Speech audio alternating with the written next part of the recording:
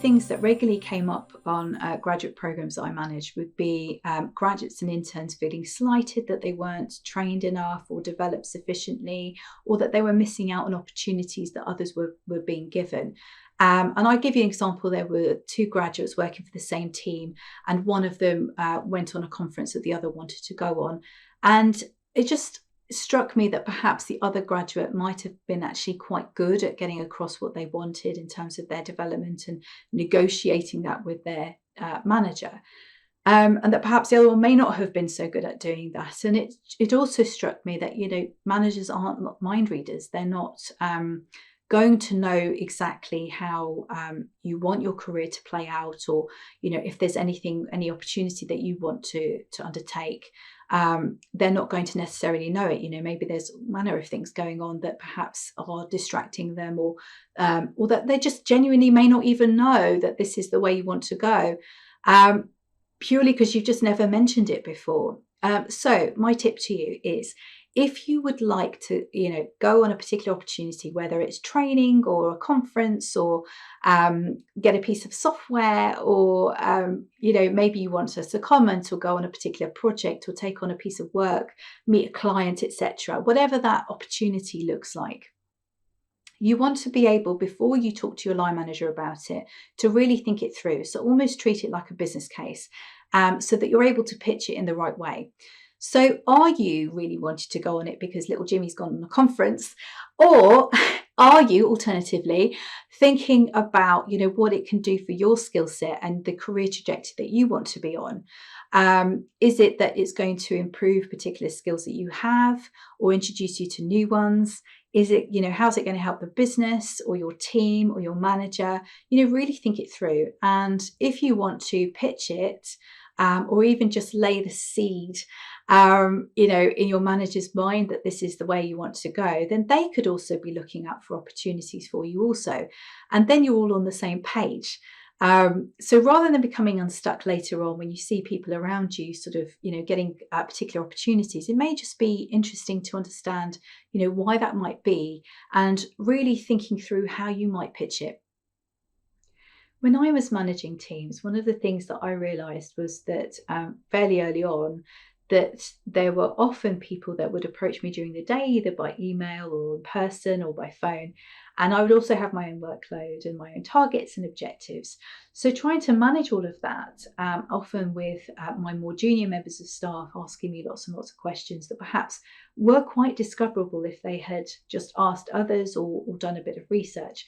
So there's something that I would term as self-service. So before they would come to me, I would encourage those members of staff to go out and search for the information, either go through our intranet or go through colleagues to find the answers before they'd come to me. And obviously, I'd be more than willing to help, but it's just encouraging that sort of independence and that sense of initiative.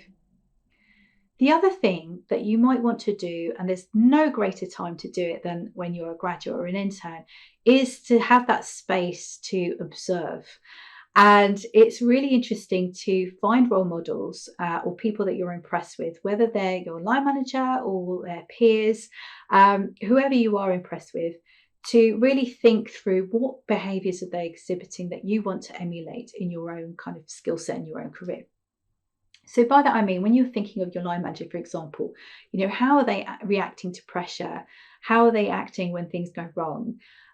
When they're in meetings with their own peers or with clients or, with other members of the department, how are they behaving? So how much are they talking and how much are they listening?